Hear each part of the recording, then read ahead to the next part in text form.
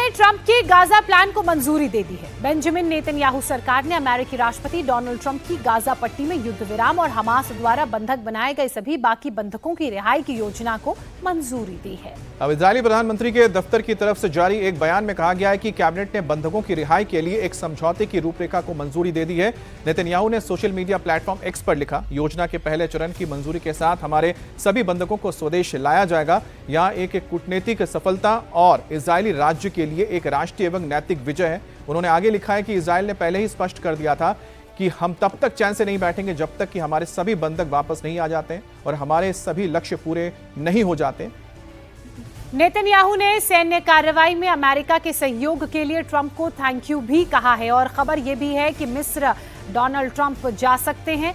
Trump के Gaza plan पर चूंकि नेतन्याहू ने भी मुहर लगा दी थी, तो अब ऐसे में ये जो शांति समझौता है वो किस तरह से होता है, कैसे बंधकों की रिहाई होती है, उसको लेकर ट्रंप ने कहा कि सोमवार से मंगलवार तक का वक्त लग जाएगा।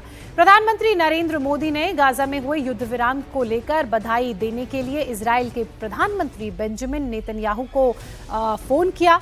पीएम मोदी का फोन रिसीव करने के लिए नेतन्याहू ने अपनी कैबिनेट की मीटिंग को कुछ देर के लिए रोक दिया। इजरायली अखबार टाइम्स ऑफ इजराइल ने दावा किया है, जब प्रधानमंत्री नरेंद्र मोदी ने बेंजामिन नेतन्याहू को फोन किया तो उस वक्त नेतन्याहू गाजा को लेकर सिक्योरिटी पर कैबिनेट की मीटिंग कर रहे थे। ऐसे में नेतन्याहू ने मीटिंग को बीच में रोककर प्रधानमंत्री नरेंद्र मोदी का फोन रिसीव किया और उनसे बात की।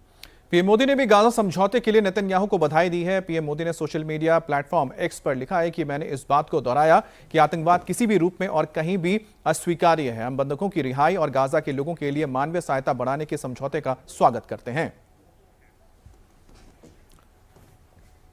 और प्रधानमंत्री नरेंद्र मोदी ने गाजा शांति समझौते के लिए अमेरिकी राष्ट्रपति डोनाल्ड ट्रंप को भी बधाई दी है। प्रधानमंत्री मोदी ने अमेरिकी राष्ट्रपति ट्रंप को फोन किया और उन्हें अमेरिका की ओर से कराए गए गाजा शांति समझौते के पहले चरण की सफलता पर बधाई दी है। प्रधानमंत्री नरेंद्र मोदी ने लिखा, मैंने मेरे दोस्त राष्ट्रपति डोनाल्ड ट्रंप से बात की और ऐतिहासिक गाजा शांति योजना की सफलता पर उन्हें बधाई दी। व्यापारिक वार्ताओं में हुई अच्छी प्रगति की भी समीक्षा की। आपको बता दें कि पिछले 3 हफ्तों में प्रधानमंत्री मोदी और राष्ट्रपति ट्रंप के बीच ये दूसरी फोन कॉल पर बातचीत थी। पिछले 2 सालों में इजराइल के हमले में अब तक 67,000 से ज्यादा फिलिस्तीनियों की मौत हुई है। गाजा शहर करीब करीब पूरी तरह से तबाह हो चुका है। गाजा खंडर में तब्दील हो चुका है।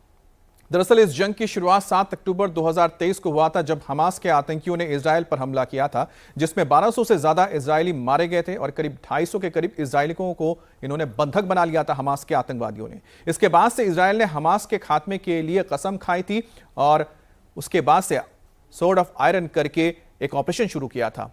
हमास और इजराइल के बीच ये तीसरी शांति समझौते की कोशिश हुई है और इससे पहले भी 2 शांति समझौते हो चुके हैं। लेकिन ऐसे में सवाल उठता है कि ये जो शांति समझौते हैं ये कब तक चलेंगे, क्योंकि समझौते से पहले इजराइल ने एक बार फिर से गाजा पर हमला किया है। लेकिन इस बार क्योंकि इस समझौते में अमेरिका शामिल है तो माना जा रहा है कि ये जमीन पर लागू हो सकता है। हालांकि इजरायली डिफेंस फोर्स की तरफ से ये कहा गया है कि ये जो ताजा हमला हुआ है ये उनकी तरफ से नहीं किया गया है, ये हमास ने ही हमला करवाया है। अब ऐसे में इसीलिए कहा जा रहा है कि जो पहले चरण का शांति समझौते पर हस्ताक्षर ट्रंप की मौजूदगी, उनकी मध्यस्थता में हुआ है, कहीं उसमें तो कोई दिक्कत नहीं आएगी।